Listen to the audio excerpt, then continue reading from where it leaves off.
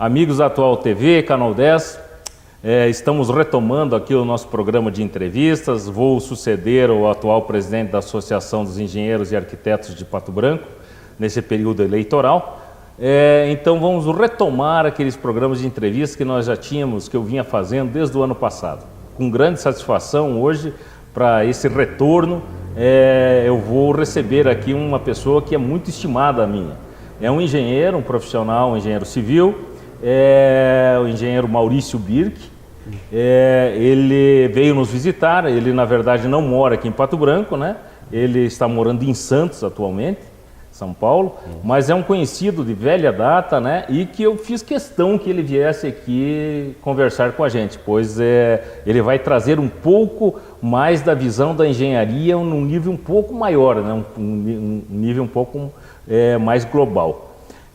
Maurício, pediria aqui para que você fizesse uma breve introdução, aonde que você formou, né? Como que você iniciou essa atividade dentro da engenharia, o que te levou a fazer engenharia, né? Contasse um pouco assim da tua história lá do comecinho. Beleza, Hélio? Muito obrigado pelo convite. Para mim é um privilégio estar aqui com você, né? A gente é natural do Paraná, sou lá de Toledo, nasci em 74 e aí acabei fazendo faculdade na Católica do Paraná, em Curitiba, formei em 96. Inclusive temos colegas aqui em Pato Branco, né? Certo, que trabalham certo. por aqui também. E depois de formado, passei por algumas atividades aí distintas até da engenharia. Trabalhei com seguros na área de regulação de sinistros. Depois fui trabalhar com terraplanagem, pavimentação e empreiteira.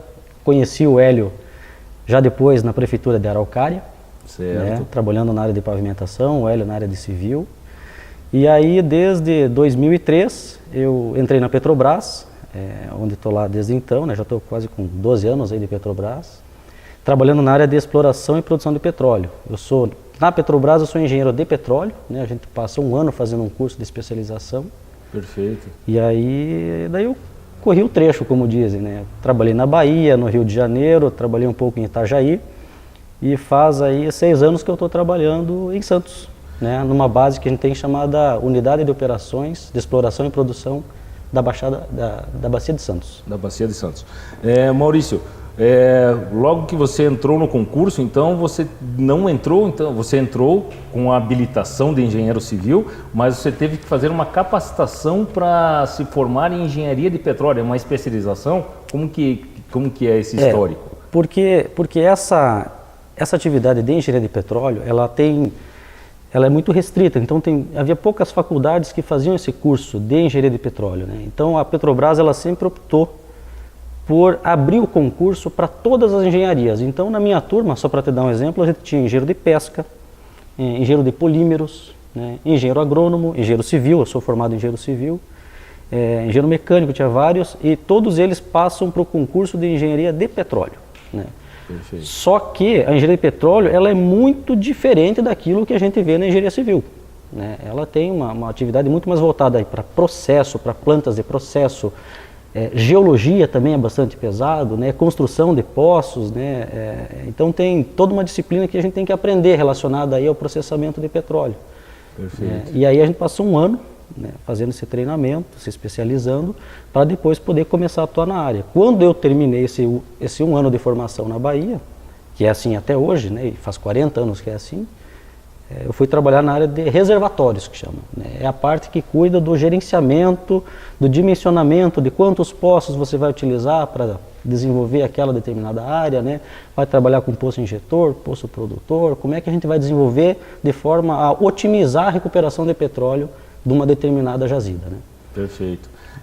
Só por curiosidade até, nesse período desse um ano, você já é funcionário da Petrobras? Você está num momento assim de estabilização? Você pode ser reprovado e sair?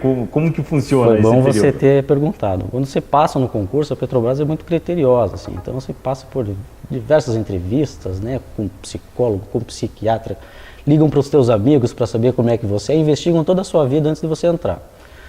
Mas daí você entra e acha que está numa boa, mas não é numa boa, porque você fica um ano nesse curso e esse é um ano que você estuda o que você não estudou na tua vida inteira, na época de faculdade, porque ele é uma etapa também decisiva. Você precisa passar nas provas e não tem final, não tem dependência, como a gente era acostumado, assim, né? Às vezes até utilizar essas ferramentas no dia a dia da faculdade. Então, você vai realmente para estudar, e estudar matérias que você nunca teve conhecimento, né? Na área assim de fluidos, né? Mecânica de fluidos principalmente. Okay. E é chumbo grosso, né? A gente passa um ano estudando muito, várias pessoas reprovam, pessoas que entraram lá, que eram às vezes funcionários até do Estado, concursadas, que estavam bem na sua vidinha, mas entraram lá e não conseguiram concluir. Às vezes até por já estar bastante tempo longe do mundo acadêmico, né? Voltar a estudar assim, a gente sabe que nunca é muito fácil. Uhum. Eu já estava 7 anos também fora, tive um pouquinho de dificuldade, mas foi muito bom. A gente se dedicou. O equivalente então ao estágio probatório, mas ao mesmo tempo você faz a tua especialização. Então você volta a estudar e tem que se capacitar dentro da especialização. Exatamente. Pode até chamar assim, é um período que você é um estagiário, né? Você fica só estudando, você passa um tempinho depois, uma ou duas plataformas para conhecer o meio, né, offshore, né? Conhecer como é que você dá a vida lá a bordo. Uhum. Volta depois para fazer mais, aí 5 meses de curso de formação, e aí você está pronto para atuar, grosseiramente, em 3 áreas da engenharia do petróleo, né? Que é reservatórios, certo. Né? Poços, aí você lida com perfuração e completação de poços, né? Uhum. Ou então elevação e escoamento, né? Que é a atividade que hoje eu gerencio lá na Bacia de Santos. Perfeito. Maurício, da mesma maneira que eu, lá na década de 80 e década de 90, nós tínhamos que sair, né, das nossas casas, do local, do interior, né, e estudar junto à capital ou alguns grandes centros, né, como tinham Londrina, Maringá, né, Ponta Grossa, eram as cidades onde tínhamos, né, os cursos de engenharia. Hoje nós temos essa facilitação, né? Hoje nós podemos cursar engenharia. Aqui em Pato Branco nós temos 3 cursos, né, de engenharia civil, sem contar com as outras engenharias, mas foram tempos diferentes, né? E me diga uma coisa, será que isso ajudou na tua formação? Até porque você teve que, nesse período que você foi morar, você já estava casado, né? Nesse período que você estava lá em Camaçari, né? Uhum. Fazendo a sua formação. Não, lá em Salvador, na verdade. Ah, você fez em Salvador? Camaçari fica um pouquinho distante, mas fez parte do estágio também, digamos assim. Certo. Será que isso não vai fazer um pouco de falta, assim, para adaptação? Porque você foi morar fora, então você sabia como era se virar sozinho. Sentiu muita falta de família, alguma coisa? Esse estágio que você fez anteriormente te ajudou Então, a se adaptar? Eu fui fazer o terceirão em Curitiba, né, já morando então parcialmente sozinho, porque eu morava com meu irmão, que já estava lá, né, fazendo também faculdade, e meus pais moravam em Palmeira nesse período, né. Era próximo. Meu pai tinha sido transferido para Palmeira.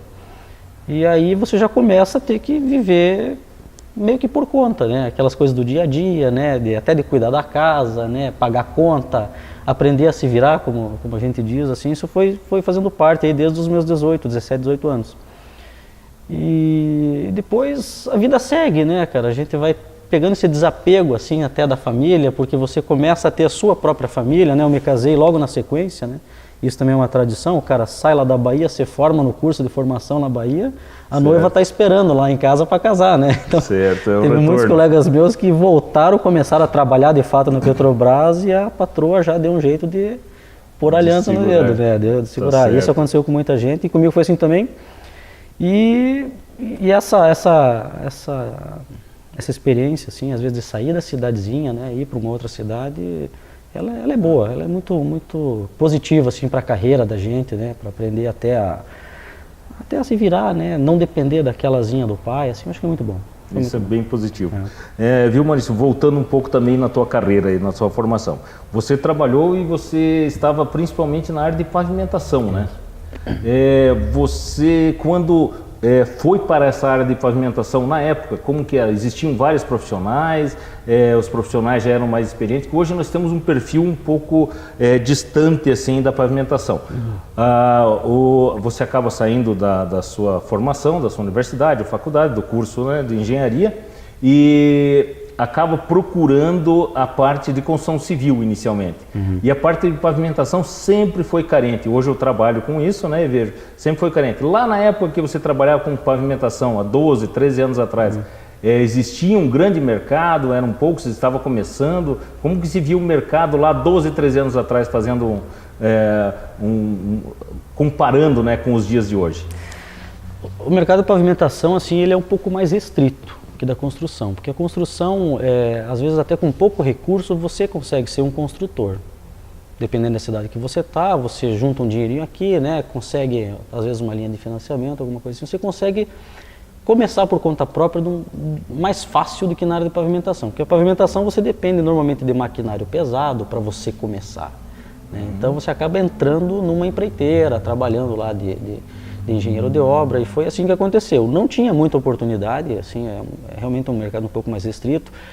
Dá até para dizer assim que tem uma característica meio familiar, né, que às vezes as empreiteiras os filhos vão fazendo engenharia para entrar no lugar dos pais também, né? Mas eu consegui trabalhar numa boa empreiteira lá no Paraná, na Rafael Greca, né, e Filhos, e fiquei aí 2 anos e meio, depois acabei indo para a prefeitura, na área de pavimentação. E assim, a pavimentação ela é uma cachaçinha, né? Porque é muito gostoso, é uma disciplina da engenharia civil assim, fantástica. Você realmente constrói algo, né? Você vê lá um pátio que não tinha nada, uma fazenda, uma chácara, de repente você coloca lá uma rua com galeria, com bueiro, com pavimento, com pintura, com sinalização. Então a pavimentação é muito gostoso. É onde você faz engenharia e vê o resultado, né?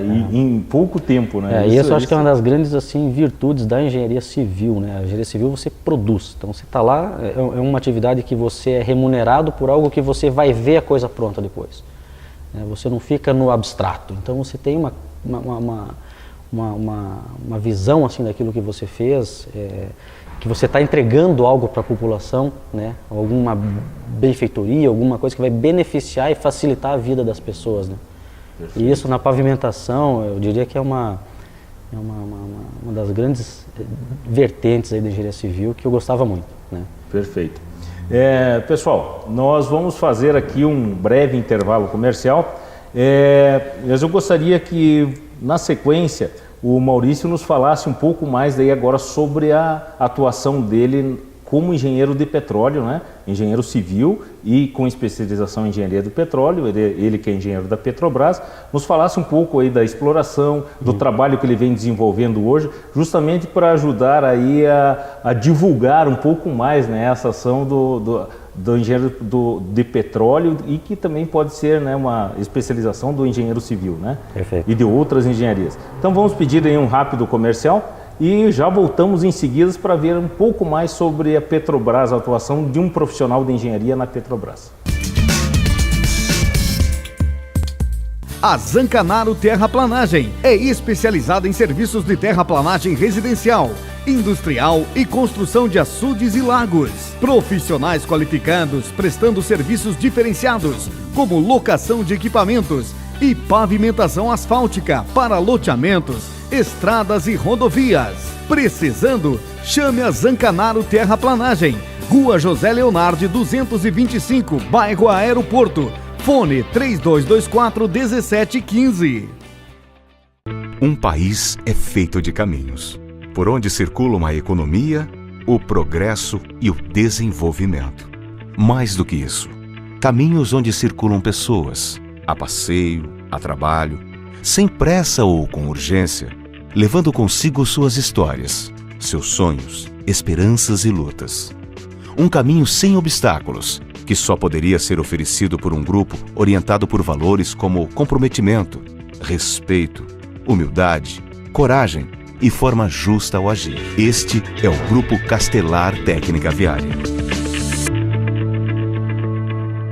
Franzoni Incorporadora e Construtora, construindo qualidade de vida. Projetos e construções executados com as melhores tecnologias do mercado. A Franzoni participa ativamente no desenvolvimento de Pato Branco e região. Obras inovadoras com conforto e segurança. Realize o seu sonho de morar bem. Entre em contato com a Franzoni Incorporadora e Construtora. Rua Caramuru 687. Fone 3224-3841. www.construtorafranzoni.com.br.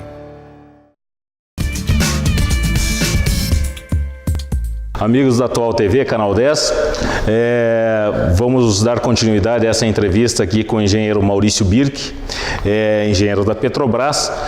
Eu gostaria de perguntar para o Maurício um pouco das suas atividades.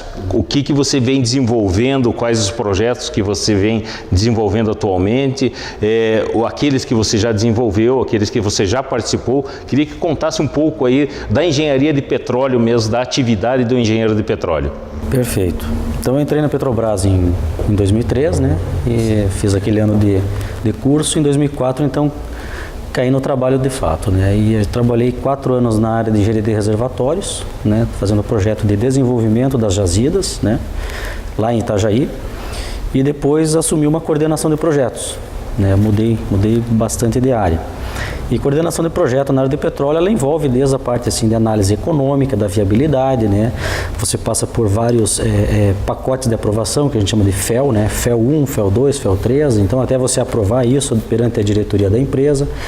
E aí eu fui pegando um pouco de cancha nessa atividade e fui convidado em 2008 para assumir a coordenação do primeiro projeto de produção do pré-sal, da Bacia de Santos, né? Era o piloto de Tupi, né? O TLD de Tupi, na verdade. É um teste de longa duração. Esse projeto ele foi aprovado em 2008 e a gente começou a produzir então o primeiro óleo, né, de Tupi, que é o pré-sal lá da Bacia de Santos, em 1º de maio de 2009. Era um navio pequeno, apenas um poço produzindo, a gente produziu por 17 meses. Né? E foi um poço de um excelente resultado, mostrou que realmente o reservatório do pré-sal era muito grande naquela área de Tupi. E a ponto de, em 2010, né, um ano e meio depois, a gente colocou em produção então a segunda plataforma, já uma plataforma de grande porte, uma plataforma que processa 100 mil barris de óleo por dia, chamada Cidade de Angra dos Reis, FPSO Cidade de Angra dos Reis. Certo. Que começou a produzir em 28 de outubro de 2010. Né?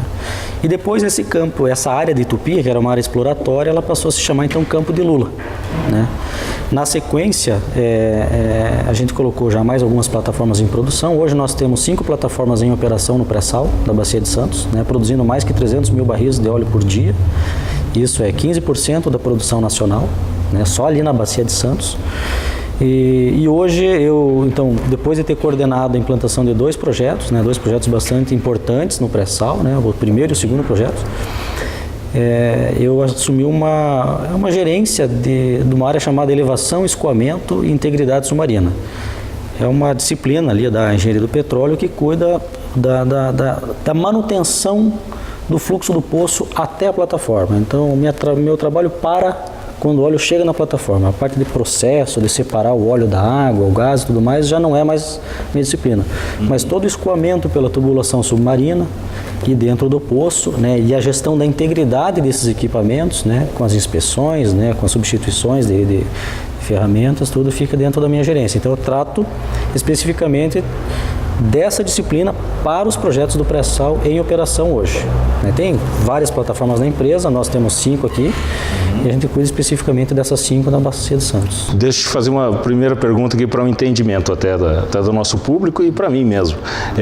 O pré-sal são camadas, a gente chama que elas são camadas bem inferiores, né, bem mais para baixo daquela de onde era extraído o petróleo até então, né, e a nível do mar. Quer dizer, em alto mar, né?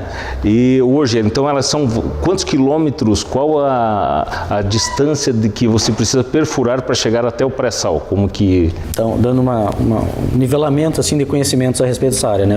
Essa área do pré-sal, ela está mais ou menos a uns 300 quilômetros do litoral do Rio de Janeiro, né? Mais ao sudeste do Rio de Janeiro. Nessa região do pré-sal, a lâmina d'água é de mais ou menos uns 2.000, 2.200 metros de lâmina d'água, até chegar no leito marinho. Dali para baixo, você tem uma camada de rocha, mais ou menos 1,5 km ou 2 km, que a gente chama de rocha pós-sal. Aí mais uns 2 km de sal, e aí a gente chega no reservatório de petróleo pré-sal. É pré por quê? Porque na geologia, essas camadas de rocha foram depositadas antes do depósito de sal. Perfeito. Então isso é mais antigo que o sal e é mais antigo que as rochas que estão mais rasas, né? Então hoje o reservatório está a mais ou menos aí 5.500, 6.000 metros, até 7.000 metros de profundidade, contando do nível do mar. Certo. 2.000 metros de água, mais aí entre 4 e 5 quilômetros de rocha até chegar no petróleo, né? E aí a gente perfura o poço, né? Completa o poço, o nome é esse mesmo, é equipar o poço com tubulações e válvulas, né? Válvulas de segurança.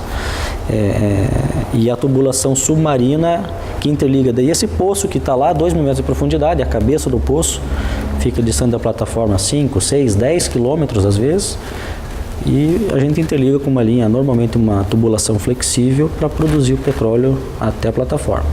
Perfeito. Outra pergunta aqui para entendimento, Maurício. Quando você faz a extração lá embaixo, você vai, na verdade, retirando todo tipo de material, até as impurezas. Então, vem água, vem outros tipos de detritos, vem o óleo já... Tem alguma tecnologia para retirar somente o óleo propriamente? Não, o petróleo, ele fica armazenado nos poros de uma rocha. Uma rocha, nesse caso do pré-sal, uma rocha calcária, né?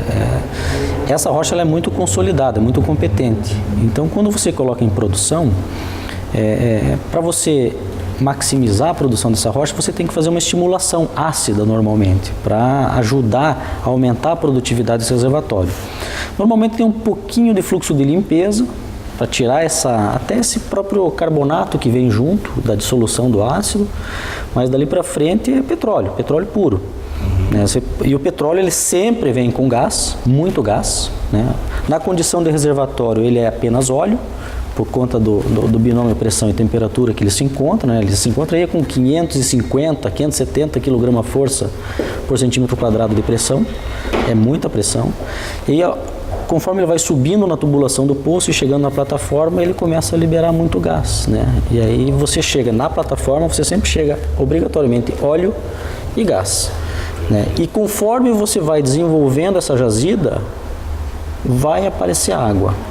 Porque o processo geológico de geração, de formação do petróleo, ele acaba gerando água dentro desse processo de formação. Então você sempre tem um reservatório de água mais inferior, que até ajuda a sustentar a pressão do reservatório, mas depois, inevitavelmente, essa água acaba sendo produzida.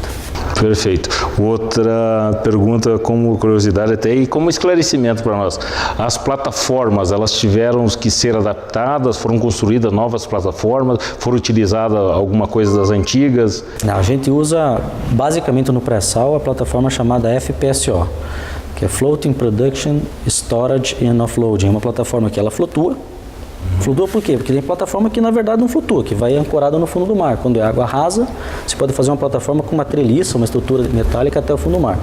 Mas em 2.200 metros lá d'água isso é inviável. Então você faz uma plataforma que flutua, que ela produz o petróleo, ou seja, ela pega esse óleo, separa do gás, separa da água. O gás ele segue por gasoduto, o óleo ele segue por navios aliviadores e a água é descartada no mar. Ela estoca, porque ela tem tanques, né, dentro do navio, é um navio, plataforma, e de tempos em tempos ela faz esse alívio, o offload, né, para abrir espaço nos tanques de carga. E então nossas 5 plataformas hoje elas são nessa característica, né? Foram construídas? Todas as plataformas foram construídas especificamente para os projetos, né? Há 2 formas de fazer isso. Você pode pegar um navio petroleiro, desses que transportam petróleo pelo mundo inteiro, e você adapta, você converte esses navios petroleiros em navios plataforma, que você equipa todo aquele navio com uma planta de processo. É uma refinaria de grande porte, né, com geração de energia a bordo. Você aproveita o próprio gás produzido para gerar energia. A gente fala aí de 100 megawatts, né? É muita coisa, porque as máquinas da plataforma consomem também muita energia, né? Então ela é praticamente autossustentável, né, na verdade. Sim, totalmente. Perfeito. Ela em algumas condições você precisa operar com combustíveis alternativos, né? Quando tem pouco gás ou você está priorizando o gás para outros assuntos, você pode operar com diesel também. Então, a gente pode dizer, o Brasil ele foi pioneiro na extração de pré-sal a nível de alto mar, de extração de petróleo em alto mar. Já existiam outros países com tecnologia desenvolvida. Certa vez eu ouvi falar que o Afeganistão, parece-me, que tinha uma reserva de petróleo no pré-sal, mas que ela não seria em alto mar. Procede isso? Na verdade, o que se encontrou aqui, que a gente chama de pré-sal, né, é que é um reservatório muito grande, atípico, assim, né? Que está abaixo de uma camada de sal até então impossível de explorar. A tecnologia que se tinha não permitia a gente atingir esses reservatórios tão grandes e até então desconhecidos, nem se sabia se realmente teria esse reservatório de petróleo abaixo desse sal. Era uma loteria muito cara, com uma tecnologia que até então estava em desenvolvimento, para conseguir você perfurar esse sal, né? O grande desafio era perfurar o sal, até então nunca tinha se conseguido. E aí, em 2006, se confirmou que realmente tinha petróleo embaixo desse sal. E aí, pelos mapeamentos sísmicos, né, que você faz e pelos poços de extensão que você vai perfurando, você vai delimitando o tamanho da tua jazida. Tanto em profundidade, né, o volume do petróleo medido daí pela profundidade, pela espessura da camada, multiplicado pela área que aquilo se projeta. E a área é muito grande, é uma área realmente que chama bastante atenção, impressiona, né? Então, a tecnologia de perfuração no Golfo do México, a 2.000 metros de profundidade, já existia. A própria Petrobras aqui, né, na Bacia de Campos, já perfurava também a 1.800, 1.900 metros de profundidade, mas reservatórios de pós-sal, né? Esse pré-sal que a gente encontra não existia no mundo, nada parecido assim com essa magnitude, né? Perfeito. Isso se estende desde do Espírito Santo, da costa do Espírito Santo, até praticamente em Santa Catarina, né? Então, pelas dimensões, assim, aquilo que foi dito logo no começo da exploração do pré-sal, que um dia o Brasil poderia fazer parte da OPEP, né, dos países exportadores de petróleo, pode vir a se consolidar aí. Essa parte a gente até não consegue nem comentar com muita propriedade, mas de fato é um grande reservatório. Ele se mostrou até maior do que a gente esperava no início, e as descobertas não param, né? Existe assim uma taxa de acerto na indústria do petróleo. Para cada poço perfurado você acerta normalmente 20%. Então você perfura 5 poços, 4 dão secos ou não comerciais, né? Você encontra petróleo, mas às vezes aquilo não é viável, e um deles é um poço viável. Tem petróleo e ele é comercialmente viável de explotar, né? E no caso do pré-sal, isso daí está beirando 100%. Hoje, cada poço que você perfura no pré-sal, você encontra petróleo. A taxa de insucesso ela é baixíssima, 1 ou 2 poços em 50, 60 que a gente já perfurou. Que beleza, que coisa, que boa notícia, né? Outra coisa, esse petróleo para utilização comercial, ele é igual, equivalente, ele tem alguma diferença, o óleo em si mesmo, para depois de refinado, para utilização? Não, o petróleo é considerado petróleo de grau API médio, né? Você mede o petróleo pelo seu grau API. A vocação da Petrobras era produzir um petróleo mais pesado, um API na casa de 18, 20. É um petróleo que ele tinha pouco rendimento para gasolinas, nas refinarias, né, e para diesel, mas agora o pré-sal já é um petróleo médio, né, na faixa aí de 29, 30 API. E o petróleo de alto grau API é o petróleo de 40. Certo. Mas então esse é um bom petróleo. Ele é um petróleo que tem um bom rendimento nas refinarias, e ele tem assim algumas características, né? O gás que vem junto com esse petróleo tem uma quantidade um pouco maior de CO2, né? E esse CO2, o que nós fazemos hoje? A gente não pode pôr para a atmosfera esse CO2, né? As licenças ambientais hoje exigem que a gente reinjete o CO2 no reservatório. Então todo o projeto hoje de produção do pré-sal contempla poços produtores, poços injetores de água para manutenção da pressão e poços injetores de gás. Então se pega esse gás que chegou na plataforma pelo poço produtor, separa ele na plataforma, comprime esse gás a 500, 550 kg/força por centímetro quadrado com compressores e reinjeta ele na própria rocha reservatório, às vezes 5, 10 km de distância do poço produtor, né, para devolver o CO2 para a sua jazida e não colocar ele na atmosfera. Isso é uma condicionante da licença de operação. A gente não consegue operar a plataforma sem manter o poço injetor operacional. Então, uma exploração muito mais preocupada com o meio ambiente, então, né? Isso, e muito mais tecnológica, porque essa questão de você separar o CO2 e reinjetar ele no reservatório, isso não existia no mundo. né? E nós estamos fazendo isso no ambiente offshore e estamos fazendo muito bem. Já é a terceira plataforma que está rodando isso e está rodando com elevada eficiência, né?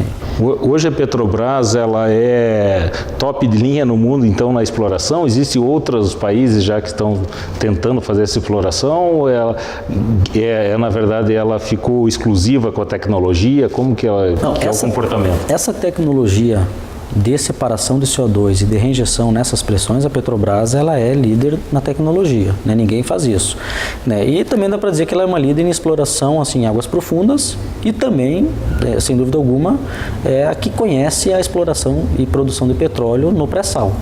Então, de fato, é uma empresa que está, em termos tecnológicos, bastante à frente, né, de várias empresas, assim, liderando aí com outras grandes empresas do petróleo, né?